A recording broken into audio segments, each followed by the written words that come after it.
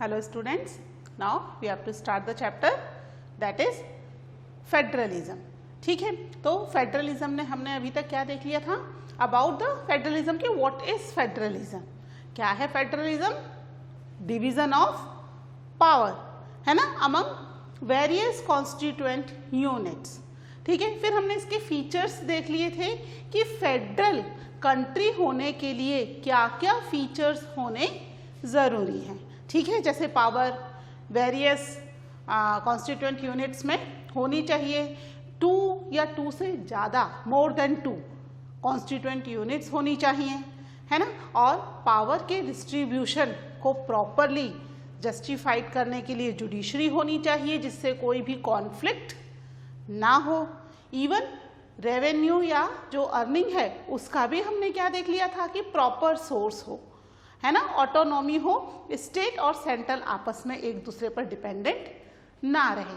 साथ ही फेडरलिज्म के ऑब्जेक्टिव्स भी हमने देखे थे कि जो फेडरलिज्म है वो डाइवर्सिटी के साथ साथ यूनिटी को भी स्ट्रेंथन करे. ठीक है, तो आज हम देखेंगे फेडरलिज्म कितने तरह की है, काइंड्स ऑफ फेडरलिज्म. ठीक है, काइंड्स ऑफ फेडरलिज्म. तो बेसिकली फेडरलिज्म 2 तरह की है. ठीक है, फर्स्ट है इसमें कमिंग टुगेदर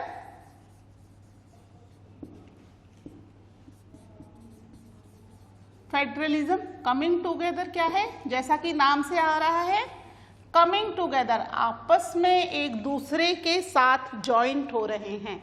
ठीक है, खुद से आ रहे हैं coming and they form a unit. ठीक है, तो कमिंग टुगेदर में स्टेट्स या कंट्रीज कह लीजिए, कुछ नेशन अपनी इच्छा से एक साथ ज्वाइन होकर they form a big unit. ठीक है, अपनी इच्छा से ज्वाइन हो रहे हैं, इनको कोई प्रेशराइज या फोर्स नहीं कर रहा. क्यों ज्वाइन हो रहे हैं? इंडिपेंडेंट नेशन है तो फिर क्यों एक बड़ी यूनिट फॉर्म कर रहे हैं? मेन इनका है वो बड़ी यूनिट फॉर्म करने के पीछे रीजन कि सिक्योरिटी पर्पज से. ठीक है, to increase their security, but at the same time they have to retain their sovereignty also. ठीक है, सिक्योरिटी बढ़ाने के लिए. अब कमिंग टुगेदर में एक सबसे इम्पॉर्टेंट बात यह है कि जितने भी नेशन अपनी इच्छा से आए हैं और ज्वाइन हुए हैं, सभी नेशन के पास इक्वल पावर्स होती हैं. ना किसी के पास कम, ना किसी के पास ज़्यादा. All of them have the equal power, क्योंकि अपनी इच्छा से ज्वाइन हुए हैं. मेन पर्पस क्या है ज्वाइन होने का इनका? इनकी सिक्योरिटी की, अपनी सिक्योरिटी को और भी ज़्यादा स्ट्रॉन्ग करना चाहते हैं जिससे कि इन्हें किसी भी नेशन से एज सच कोई भी डर ना रहे. ठीक है, तो क्या है ये? एंड इंडिपेंडेंट स्टेट्स है ये.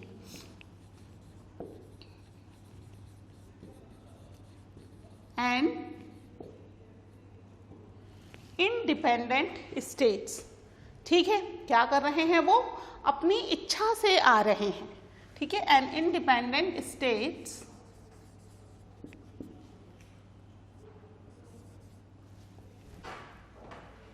Coming together,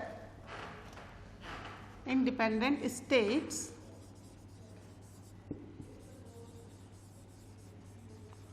coming together on their own, अपनी इच्छा से. किस लिए आ रहे हैं? टू फॉर्म अ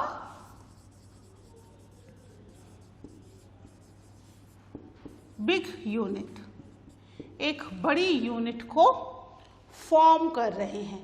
ठीक है, एक बड़ी यूनिट बना रहे हैं. ठीक है, जिससे वो क्या कर सके? मेन जो उनका रीजन है ये बड़ी यूनिट बनाने का, टू इंक्रीज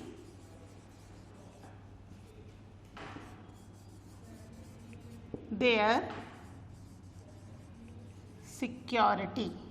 ठीक है, मेन रीजन है कि अपनी सिक्योरिटी को इंक्रीज करें जिससे कि उन्हें फ्यूचर में कहीं भी कभी भी किसी से भी कोई खतरा ना रहे, कोई डर ना रहे, क्योंकि जब कई सारे स्टेट्स एक साथ मिलेंगे तो उनकी आर्मी, नेवी है ना, ये भी तो क्या हो जाएगी, एक दूसरे के साथ मिल जाएगी। ठीक है, तो ये मिल जाएगी, साथ में ये क्या कर रहे हैं, वो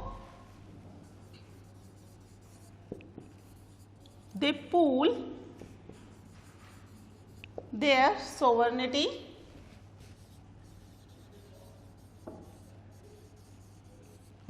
and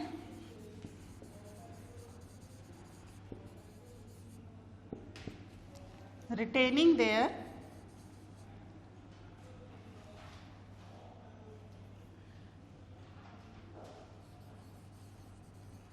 आइडेंटिटी। ठीक है, अपनी आइडेंटिटी, अपनी सोवर्निटी को पूल कर रहे हैं एक दूसरे के साथ, जिससे कि क्या हो, वो लोग बहुत ज़्यादा सिक्योर हो सके। ठीक है, यहां पर सबसे इंपॉर्टेंट है all states have equal powers, सबके पास इक्वल पावर्स हैं। ठीक है, vis-a-vis the federal government. ठीक है, एक फेडरल गवर्नमेंट है और पावर सबके पास कैसी हैं, इक्वल हैं, बराबर हैं, यानी कि किसी के भी पास कम या ज़्यादा नहीं है। ठीक है, ऑल हैव इक्वल पावर्स। ठीक है, फिर दूसरी तरह की कौन सी है हमारी, दैट इज होल्डिंग टुगेदर। ठीक है, होल्डिंग टुगेदर फेडरलिज्म। अब ये क्या है होल्डिंग टुगेदर, इसमें क्या हो रहा है बच्चों कि जो एक बड़ा नेशन है, ठीक है, अच्छा इसमें एग्जाम्पल लिख लेते हैं, कमिंग टुगेदर में आप एग्जाम्पल लिख लीजिए। एग्जाम्पल है इसमें यूएसए। ठीक है, यूएसए जो है कई सारे नेशन से मिलकर के एक बिग यूनिट बनी हुई है। ठीक है, इसके अलावा है Switzerland.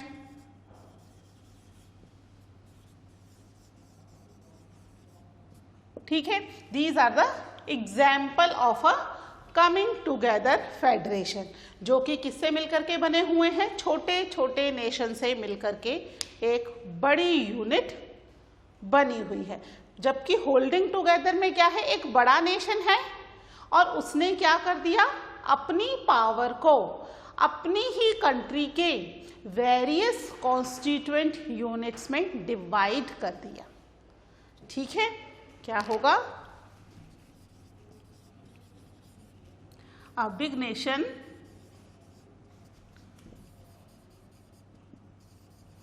divide its power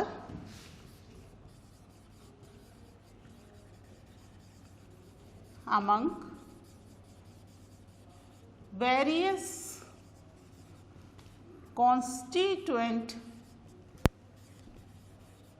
units of the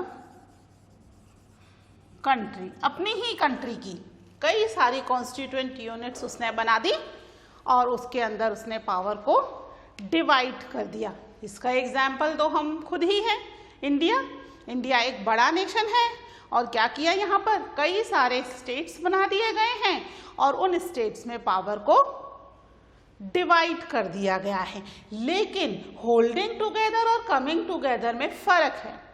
इसमें स्टेट्स क्योंकि अपनी मर्जी से आ रहे हैं तो यहाँ पर इन सबके पास क्या है, they have the equal power. लेकिन होल्डिंग टुगेदर में क्योंकि एक नेशन में सेंट्रल गवर्नमेंट पावर को डिवाइड कर रही है तो यहाँ पर सभी कॉन्स्टिट्यूएंट यूनिट्स के पास इक्वल पावर हो ऐसा ज़रूरी नहीं है। अक्सर ये देखा गया है कि होल्डिंग टुगेदर में स्टेट्स के पास या जितनी भी कॉन्स्टिट्यूएंट यूनिट्स हैं सबके पास अनइक्वल पावर्स होती हैं। ठीक है, वेरी ऑफन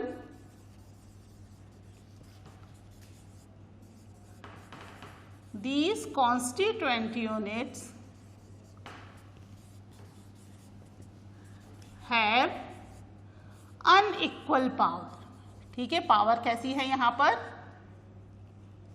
अनइक्वल है ना, अनइक्वल पावर इसमें डिवाइडेड है। किसी के पास पावर ज्यादा है, यानी किसी यूनिट के पास पावर ज्यादा है और किसी यूनिट के पास पावर कम है। ठीक है, लेकिन इसमें एक बात क्लियर है कि जो सेंट्रल गवर्नमेंट होगी उसके पास पावर स्टेट गवर्नमेंट के कंपैरिजन में ज्यादा होगी। ठीक है, central government tend to be more powerful. ठीक है, क्या होगी central government, central government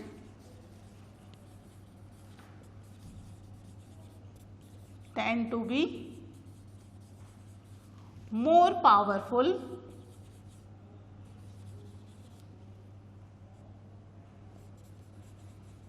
then states. ठीक है, स्टेट से अगर हम कंपैरिजन करें या दूसरी कॉन्स्टिट्यूएंट यूनिट से हम कंपैरिजन करें तो सेंट्रल गवर्नमेंट हमेशा क्या होगी, हमेशा देन स्टेट गवर्नमेंट्स, है ना, हमेशा क्या होगी, ज्यादा पावरफुल होगी। यहां पर ऐसा नहीं है ना, सेंट्रल गवर्नमेंट के पास पावर्स तो हैं लेकिन सेम पावर ही दूसरी कॉन्स्टिट्यूएंट यूनिट्स के पास भी हैं। क्या एग्जाम्पल हम इसका कोट कर सकते हैं, एक एग्जाम्पल तो अपना कंट्री ही है इंडिया, एक एग्जाम्पल हमने लास्ट चैप्टर में पढ़ा था जिसने अपनी पावर्स को डिवाइड किया था, कौन था वो, बेल्जियम एंड स्पेन। ठीक है, स्पेन भी इसी तरीके से एक कंट्री है जहां पर पावर का डिवीजन बिगर यूनिट से लोअर यूनिट की तरफ हो रहा है। सेंट्रल गवर्नमेंट बिगर यूनिट है और उसके बाद नीचे लोअर यूनिट में पावर का डिवीजन हो रहा है। ठीक है, तो आप इन दोनों पॉइंट्स को नोट कर लीजिए। These are the kinds of federalism. दो तरह की फेडरलिज्म होती है, coming together and holding together. समझ में आ गया, कमिंग टुगेदर में इंडिपेंडेंट नेशन मिल रहे हैं, है ना, यहाँ पर इंडिपेंडेंट नेशन नहीं है, यहाँ पर नेशन एक ही है, पावर डिस्ट्रीब्यूट कर दी गई है। इनका मेन एम है अपनी सिक्योरिटी को इंक्रीज करना। ठीक है, इनका मेन एम है सिक्योरिटी की बजाय वर्क का डिवीजन कर देना। ठीक है, यहाँ पर सभी स्टेट्स के पास इक्वल पावर है, यहाँ पर सब स्टेट्स के पास अनइक्वल पावर है। ठीक है, हम नहीं कह सकते कि सेम पावर सबके पास है, किसी के पास कम, किसी के पास ज़्यादा, अनइक्वल पावर्स हैं, लेकिन जिसके पास सबसे ज़्यादा पावर है दैट इज सेंट्रल गवर्नमेंट, जो कि सबसे ज़्यादा पावरफुल यूनिट है। ठीक है, note down these 2 points and then हम देखते हैं नेक्स्ट टॉपिक अपना।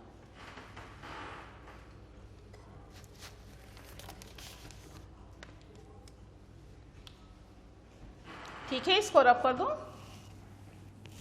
अब इंडिया जो है इट्स अ फेडरल कंट्री, ये तो हमें पता चल ही गया, हम इतना कुछ पढ़ चुके हैं इसके बारे में। तो इंडिया एक फेडरल कंट्री है, लेकिन हम देखते हैं कि इंडिया को फेडरल क्या क्या चीजें बनाती हैं, है ना, किसी भी कंट्री को फेडरल होने के लिए क्या क्या होना जरूरी है, या हमारे कॉन्स्टिट्यूशन ने ऐसी कौन सा अरेंजमेंट किया है जिससे कि हमारी कंट्री फेडरल रहे, है ना। तो इंडिया में फेडरल गवर्नमेंट बनाने के लिए एक तो सबसे इंपॉर्टेंट चीज है कि जो एक डेमोक्रेटिक नेशन होगा वहां सबसे ऊपर जो पावर रहेगी दैट इज द कॉन्स्टिट्यूशन। ठीक है, तो कॉन्स्टिट्यूशन ही है जो कि किसी भी डेमोक्रेटिक कंट्री में पावर्स का डिवीजन करता है कि किसके पास क्या पावर होगी और किसके पास क्या पावर नहीं होगी। ठीक है, तो यहाँ पर इंडिया को फेडरल क्या चीजें बनाती हैं, व्हाट मेक्स इंडिया फेडरल।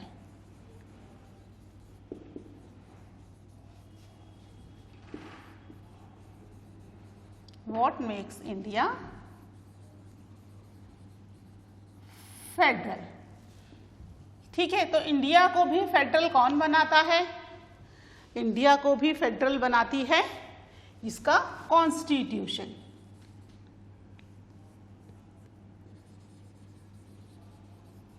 है ना, तो हमारे कॉन्स्टिट्यूशन ने,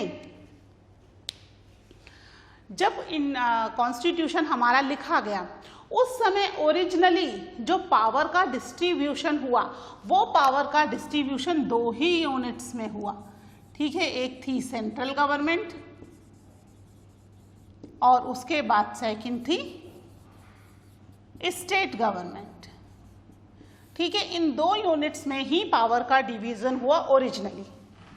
ठीक है,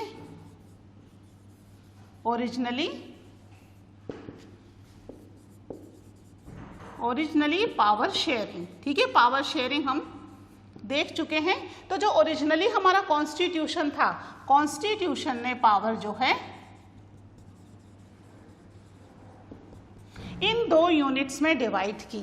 लेकिन जब कंट्री को प्रैक्टिकली रन करना शुरू किया तब पता चला कि कंट्री को प्रैक्टिकली रन करने के लिए स्टेट जो है वो भी एक बड़ी यूनिट है ना।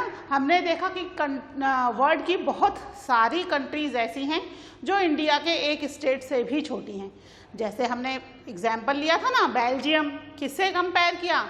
हरियाणा से, है ना। तो हरियाणा इंडिया की एक एवरेज भी नहीं बल्कि एक छोटी ही कंट्री है ना। तो इतनी बड़ी कंट्री है उनकी, तो हमारे यहाँ पर उतने बड़े तो स्टेट्स ही हैं, बल्कि उससे भी बड़े बड़े स्टेट्स हैं। तो बाद में जो रिप्रेजेंटेटिव थे दे रियलाइज कि इस लेवल पर गवर्नमेंट जो है वो प्रॉपर वर्क नहीं कर पाएगी, तो बाद में लेटर ऑन एक थर्ड लेवल जो है वो इंक्लूड किया गया, that was the local government. ठीक है, जिसके अंदर पंचायत थी और म्युनिसिपैलिटी थी।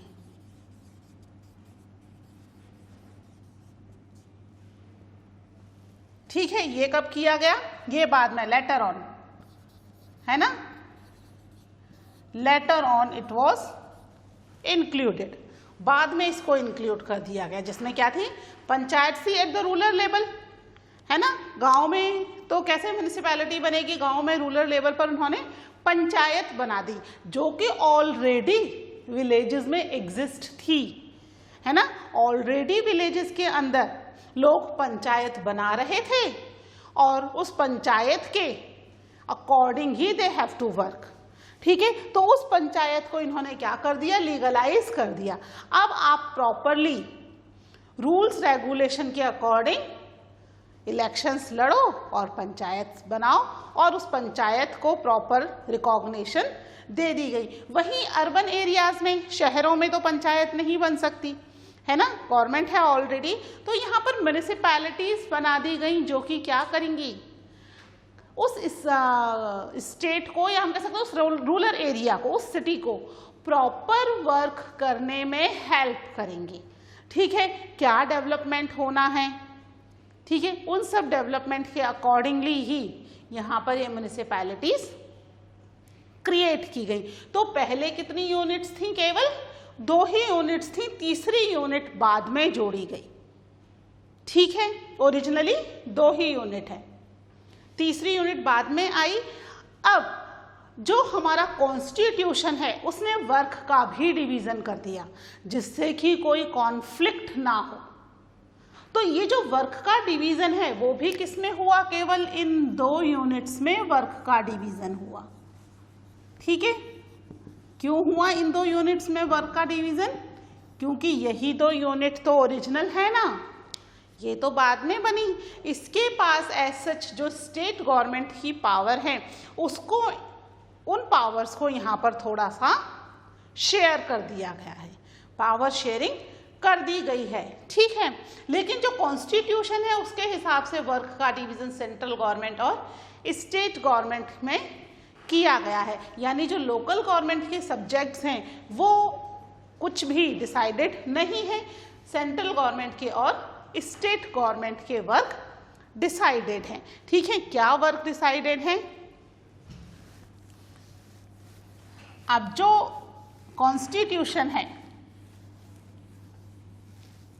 उस कॉन्स्टिट्यूशन ने सारे वर्क को 3 कैटेगरीज में बांट दिया। ठीक है, जो कॉन्स्टिट्यूशन है, constitution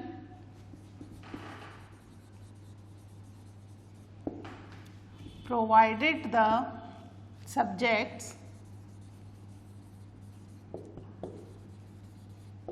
into central government and state government,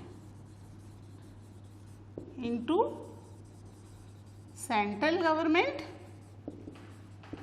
and state government। ठीक है, इन 2 यूनिट्स में सब्जेक्ट्स को बांट दिया गया। लेकिन ये सब्जेक्ट्स कितने थे?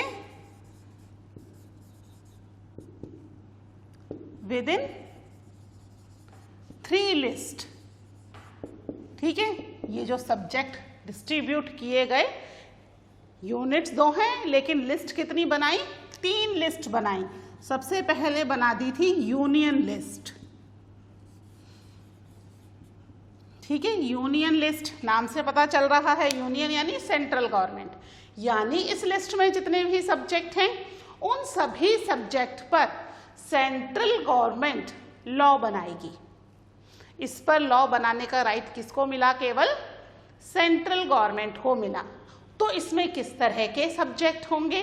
इसमें सब्जेक्ट्स थे जो कि नेशनल इंपॉर्टेंस के थे, फॉर द होल कंट्री। ठीक है, एक पर्टिकुलर स्टेट या एक पर्टिकुलर एरिया से रिलेटेड सब्जेक्ट्स नहीं थे। ठीक है, इसमें नेशनल इंपॉर्टेंस के सब्जेक्ट्स लिखे गए। Includes the subjects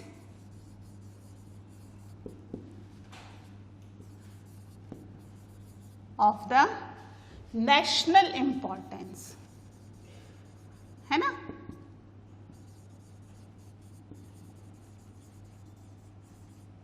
national importance के सब्जेक्ट्स लिखे गए। जैसे कि एग्जाम्पल बताइए, कौन सा सब्जेक्ट है जो कि पूरी कंट्री के लिए होना चाहिए?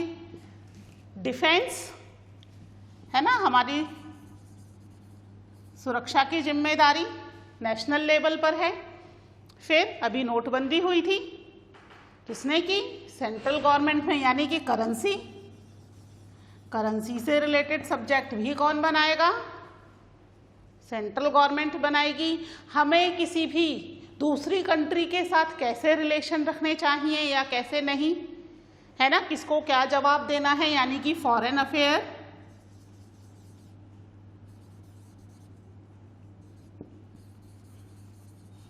Foreign affairs. ठीक है, इस तरह के कई सारे सब्जेक्ट्स हैं जो कि किसके पास हैं?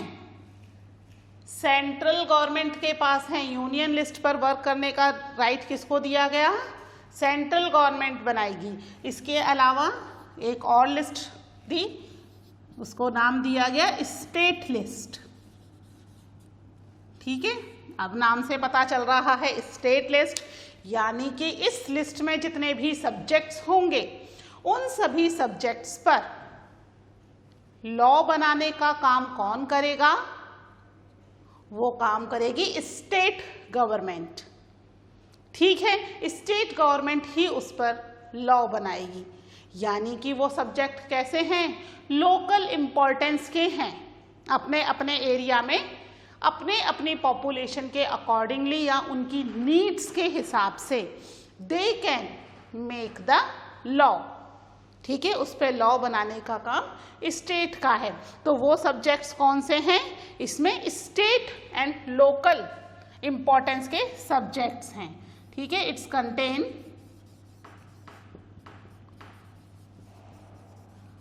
The subjects of states and local importance.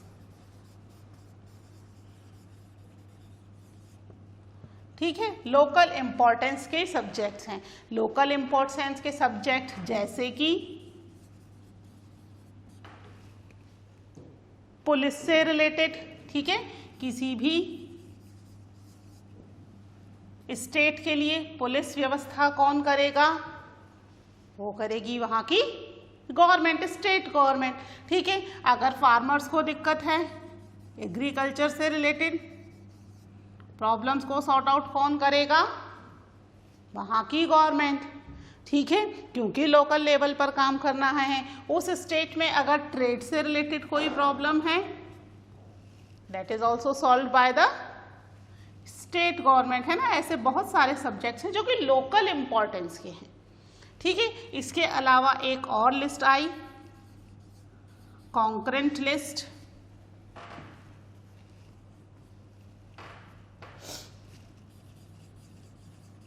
Concurrent list, ठीक है। अब ये किसकी है? हमने तो देख रहे थे ना कि सेंट्रल गवर्नमेंट और स्टेट गवर्नमेंट को ही वर्क प्रोवाइड है।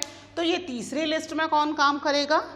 इसमें स्टेट गवर्नमेंट और सेंट्रल गवर्नमेंट दोनों मिलकर के लॉ बनाएंगी, ठीक है, अपने अपने लेवल पर। लेकिन अगर कभी भी कोई भी कॉन्फ्लिक्ट होता है दोनों के लॉज को लेकर के, तो हमने देखा है कि हमारे यहाँ पर सेंट्रल गवर्नमेंट मोर पावरफुल है। तो वो जो लॉ इम्प्लीमेंट होगा, वो लॉ इम्प्लीमेंट होगा सेंट्रल गवर्नमेंट द्वारा बनाया गया। ठीक है, यानी ये जो सब्जेक्ट्स हैं ये दोनों लेवल पर इम्पॉर्टेंट है, सेंट्रल लेवल पर भी इम्पॉर्टेंट है और स्टेट लेवल पर भी इम्पॉर्टेंट है। इसलिए कॉन्करेंट लिस्ट के अंदर सेंट्रल और स्टेट दोनों ही गवर्नमेंट बना रही हैं लॉज। ठीक है, इसमें कौन से हैं? includes the subjects of common interest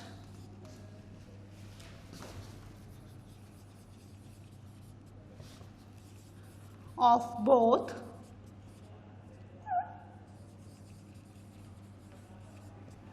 central government as well as state government।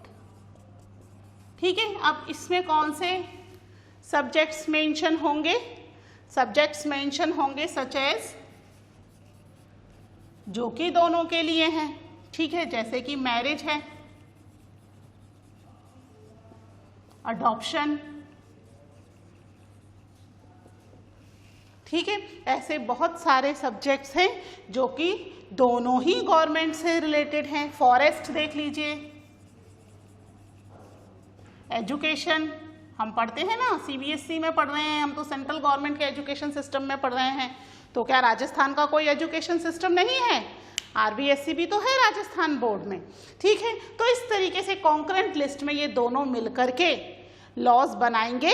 But ध्यान रखना, अगर कॉन्फ्लिक्ट होता है स्टेट गवर्नमेंट और यूनियन गवर्नमेंट में, तो हमेशा यूनियन गवर्नमेंट और सेंट्रल गवर्नमेंट का बनाया हुआ लॉ ही एप्लीकेबल होगा, सेंट्रल गवर्नमेंट का लॉ एप्लीकेबल नहीं होगा। ठीक है, ये 3 लिस्टें आप लिख लीजिए। फिर अगर कोई भी सब्जेक्ट इन 3 लिस्ट में ना हो तब क्या होगा? नए नए सब्जेक्ट्स कंटिन्यू बनते जा रहे हैं ना, तो उन सब्जेक्ट्स के लिए भी प्रॉपर कॉन्स्टिट्यूशन ने अरेंजमेंट किया था। ठीक है, तो वो और हम एक देखते हैं कि एक और कौन सी लिस्ट है। First you write down all these 3 list. ठीक है,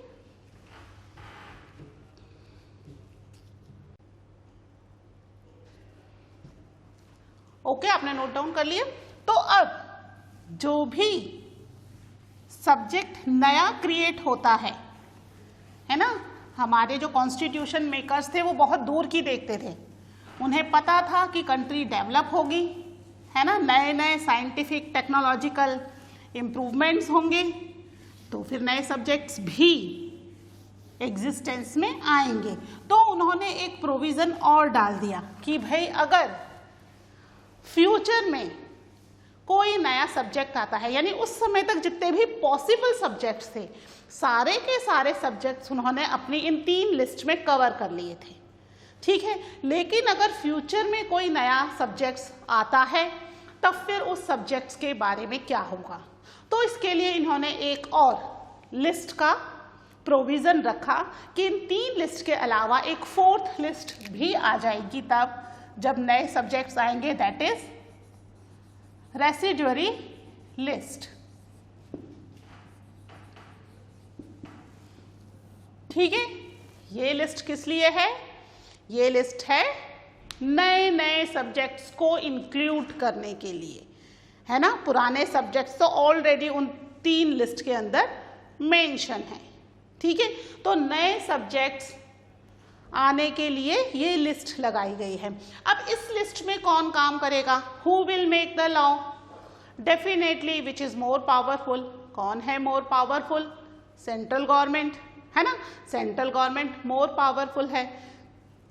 तो रेसिड्यूअरी लिस्ट में जो भी नए सब्जेक्ट्स इंक्लूड होंगे उन सभी नए सब्जेक्ट्स पर सेंट्रल गवर्नमेंट लॉ बनाएगी।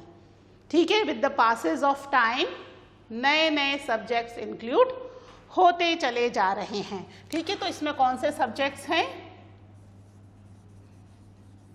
Subjects which are not mentioned in any list or arises with passes of time। ठीक है, समय गुजरने के साथ साथ नए आते जा रहे हैं, या भाई देवर ऑल्सो ह्यूमन बीइंग। अगर कोई सब्जेक्ट छूट गया है, नहीं है मेंशन, तो उस सब्जेक्ट्स पर वो सब्जेक्ट्स रेसिड्यूअरी लिस्ट में आ जाएगा। ठीक है, नए सब्जेक्ट्स भी आ रहे हैं, जैसे कि एक सबसे इम्पॉर्टेंट सब्जेक्ट है that is IT, information technology, है ना। और भी नए सब्जेक्ट्स आ रहे हैं, टूरिज्म, हॉस्पिटैलिटी, जो सब्जेक्ट्स पहले एग्जिस्टेंस में नहीं थे। बच्चों, जितने नए नए बिजनेस या नए नए ऑक्यूपेशन आते जाएंगे उन पर भी तो लॉ बनाना ज़रूरी है। उस समय तक तो आईटी इंडस्ट्री थी ही नहीं, टूरिज्म इंडस्ट्री नहीं थी, हॉस्पिटैलिटी इंडस्ट्री नहीं थी, है ना। तो फिर उस पर लॉ बनाने के लिए कैसे हमारे कॉन्स्टिट्यूशन मेकर्स किसी को प्रोवाइड करते प्लेस? तो वो जो सब्जेक्ट्स हैं वो सभी सब्जेक्ट्स बाद में रेसिड्यूअरी लिस्ट में इंक्लूड हुए हैं, जिससे कि आराम से उन पर वर्क किया जा सके, रूल्स रेगुलेशंस लॉज बनाए जा सके। ठीक है, तो इसका मतलब क्या है कि ये जो वर्क है वो प्रॉपरली डिवाइडेड है इनटू द 3 लिस्ट, मीन्स हम कह सकते हैं 4 लिस्ट। ठीक है, अब 4th लिस्ट क्योंकि एग्जिस्टेंस में आ चुकी है, बहुत सारे सब्जेक्ट्स इसमें इंक्लूड हो चुके हैं। ठीक है, तो हमारे यहाँ पर जो पावर्स है वो पावर्स सभी को क्या इक्वल डिस्ट्रीब्यूटेड है? ठीक है, इंडिया एक फेडरल कंट्री है। फेडरल कंट्री होने के कारण पावर का डिस्ट्रीब्यूशन जरूरी है, लेकिन all states of India do not have the identical powers. सबके पास बिल्कुल एक जैसी पावर्स नहीं है। ठीक है, all states of India do not have identical powers। identical powers मतलब जो बिल्कुल एक दूसरे से मिलती जुलती हैं, ऐसी पावर्स नहीं है। ठीक है, अब आप सोचो कि ऐसे कौन से स्टेट्स हैं जिनके पास पावर्स कम हैं, या ऐसे कौन से स्टेट्स हैं जिनके पास पावर्स ज़्यादा हैं। ठीक है, तो आप सोचिए, तब तक हम मिलते हैं इन द नेक्स्ट लेक्चर। उसमें हम डिस्कस करेंगे कि किन स्टेट्स के पास पावर्स कम या किसके पास पावर्स ज़्यादा हैं। Till then take care, bye.